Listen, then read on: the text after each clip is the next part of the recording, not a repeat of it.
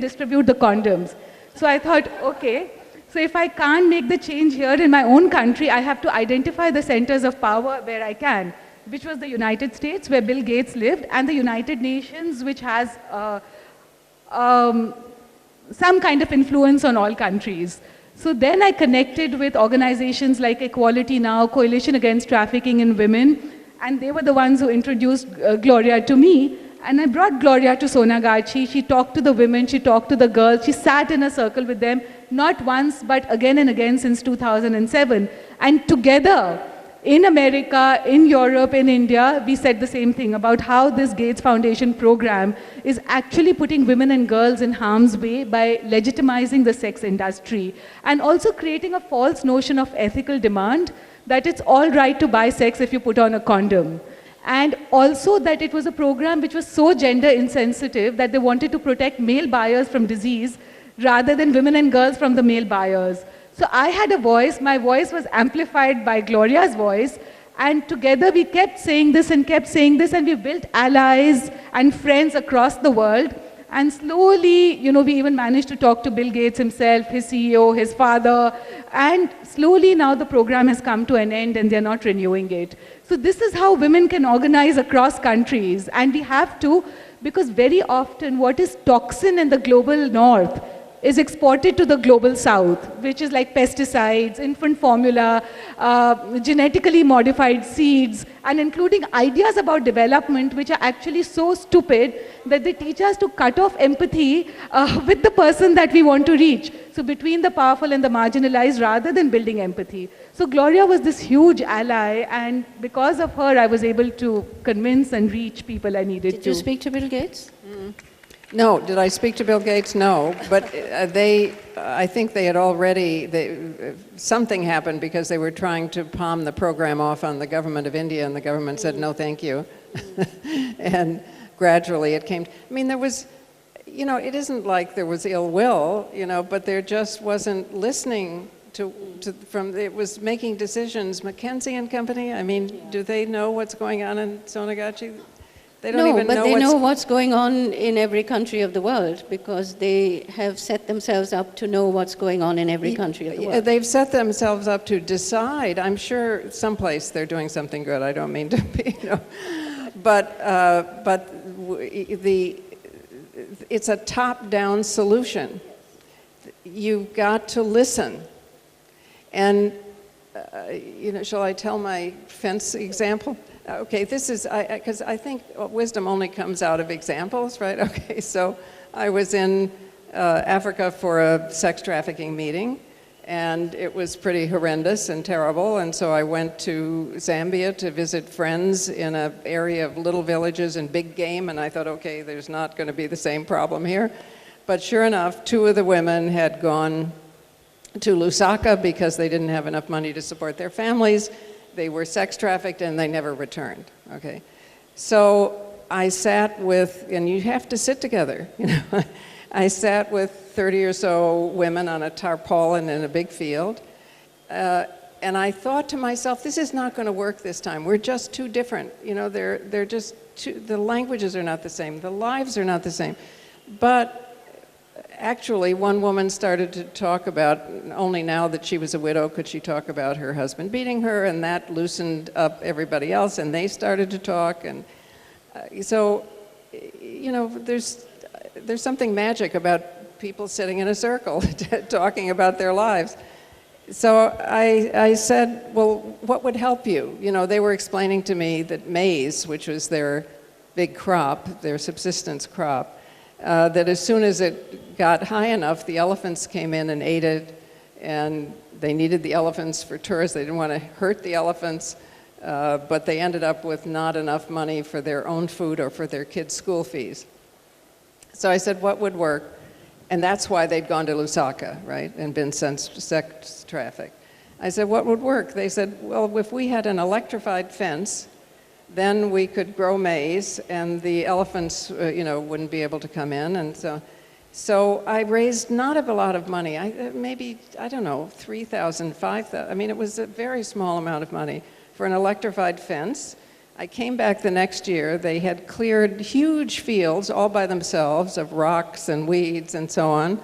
They'd grown a bumper crop of maize. They had enough for food security for a year and to sell and get cash for their children's school fees. We sang songs to the maize. We danced to the maize. It was a huge celebration. All right. Now, if somebody had asked me, what is a cure for sex trafficking in Zambia, I wouldn't have said an electrified fence. You have to listen. And that's what I fear a lot of well-meaning, good-hearted foundations don't do. The minute I hear the word, can it be replicated, I'm suspicious, because then it probably doesn't fit the particular situation. So it's really about listening. And I have to say, I learned that here. I mean, I learned that walking through Ramnad villages where the other workers were saying to me the rules. They said, okay, if you want to influence how people live, you have to go how they live. If you go where they live. If you want them to listen to you, you have to listen to them. If you want, I learned it here, and it's been true ever since. It's a lovely story. I must say that common sense, as we say, is most uncommon.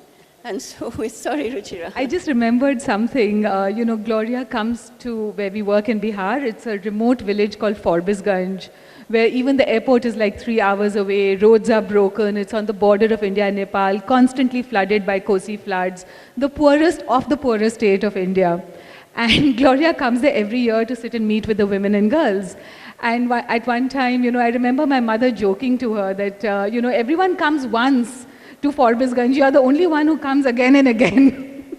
So that is a deep commitment to listening. I've actually witnessed that. So where have you been this time around? Well, we were at Jaipur Literary Festival, and the offices of Apniap, which are in, Apniap is in 4 cities. We were in their offices, Rushi's offices, in New Delhi, and I was sitting again with a group of teenage girls who are from a denotified tribe. I mean, they were, right. And I kind of didn't realize that, because there were a dozen of them, and they could have been from anywhere. They were full of energy and ideas, and what did they want to be? They wanted to be teachers, or how did I become a writer, or they wanted to be... And I asked them, what would you need in the next day or two that would help your life? And one of them said the truth. And then I realized, of course, that she knows that she's going to be married off to a man who will become her pimp, because that is the system that, she may escape it because of apnea, but I can't say enough how life-affirming it is just to listen and speak and try, and it's to invent a tactic that will work for that particular situation and will empower instead of disempower. So since we're all sitting around in this very wonderful space, maybe we can open it up now. Do we have time, Malvika? Where is she? Why don't you ask, and if there's time? Well, okay, we'll open it up, and when we're asked to wind up, we'll wind up. So it's an open house now, and as you can see, a back and forth is what actually makes for much more engagement and involvement, so feel free. We will pass the mic around if that's required. There's a question there. Maybe you can take the mic.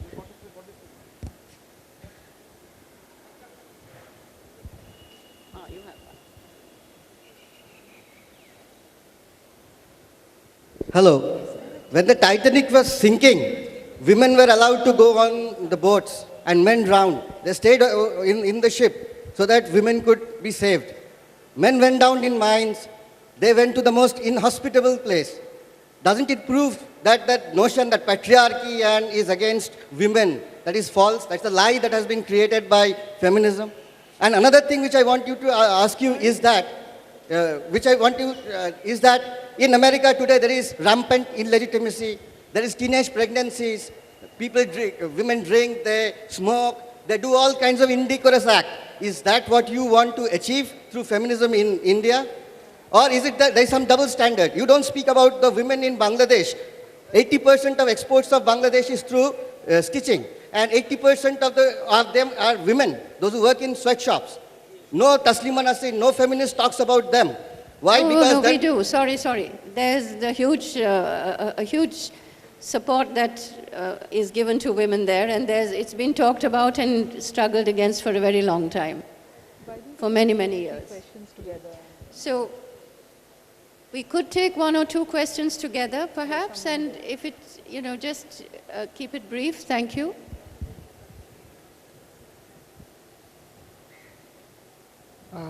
My name is Joe Cletus. I'd like to ask you what women think would be a taming influence on masculinity.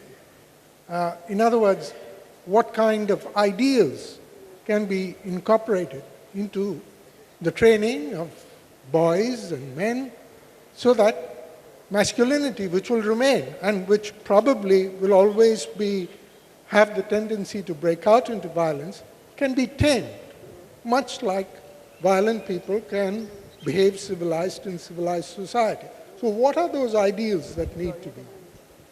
Okay, this seems to be a standalone question, so I leave it to you.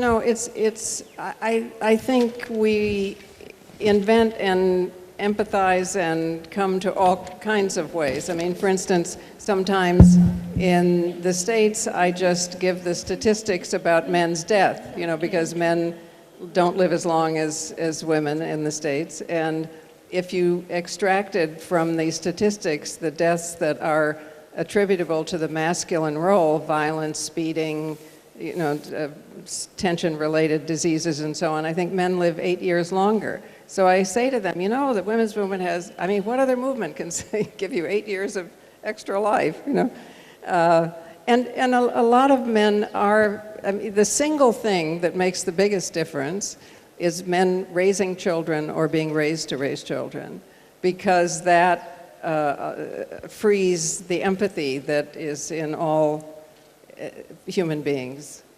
And that is happening more in many countries. There are more men raising children, and that makes a huge, huge difference. But there are millions of men who are not oppressive to women, who are not violent, and who see humanity as a goal, for all kinds of reasons. Maybe they want to play the violin, and this is not masculine. And so they fight because of that. Or they want to write poetry, and this is not seen as masculine. There are all kinds of reasons, but men have their full humanity to gain just like women do. It's as if we had a circle of human qualities. Cultures, male-dominant cultures, have arbitrarily said 2/3 of human qualities are masculine and 1/3 are feminine. So men are restricted too, not as restricted, but restricted too. And we're each trying to progress so we have our full human qualities. Okay, there's a hand up right at the back. Right at the back.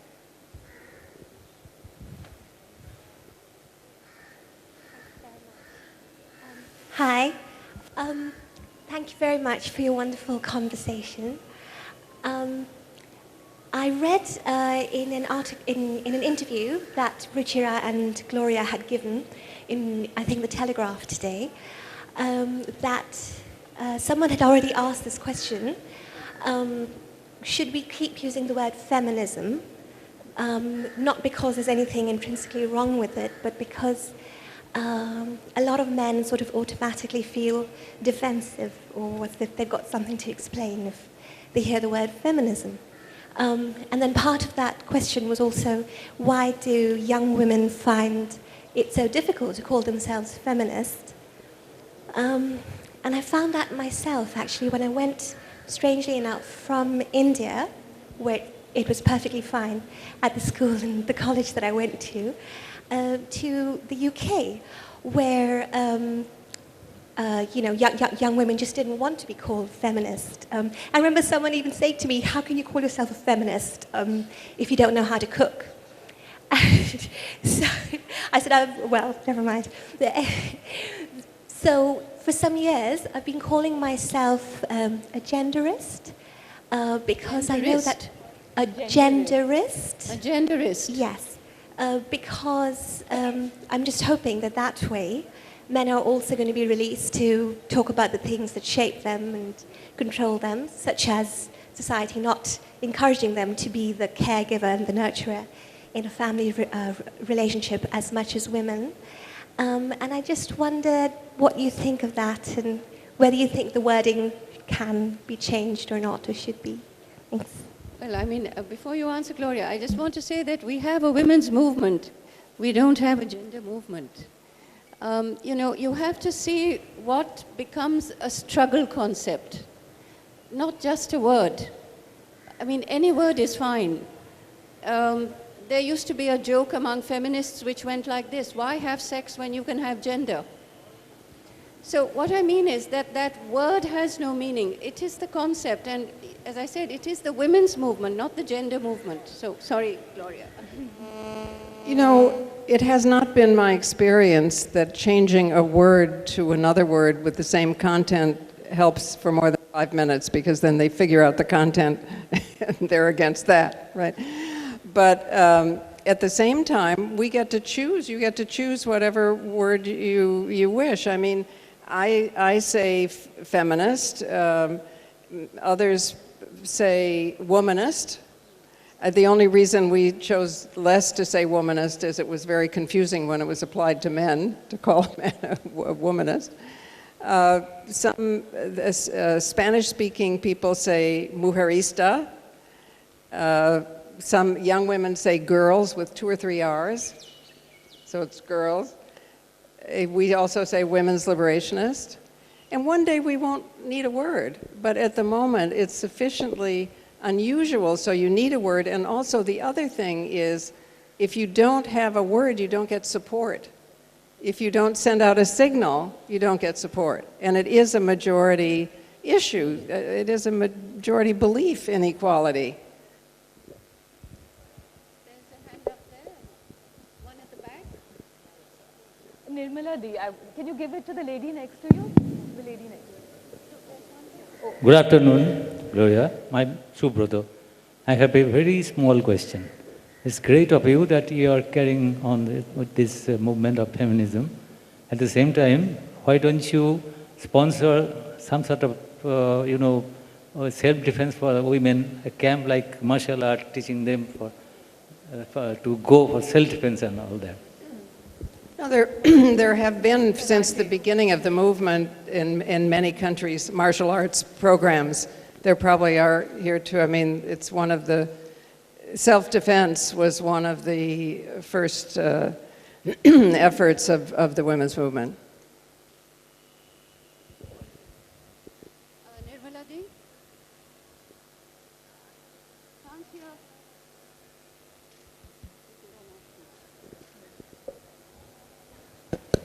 Okay.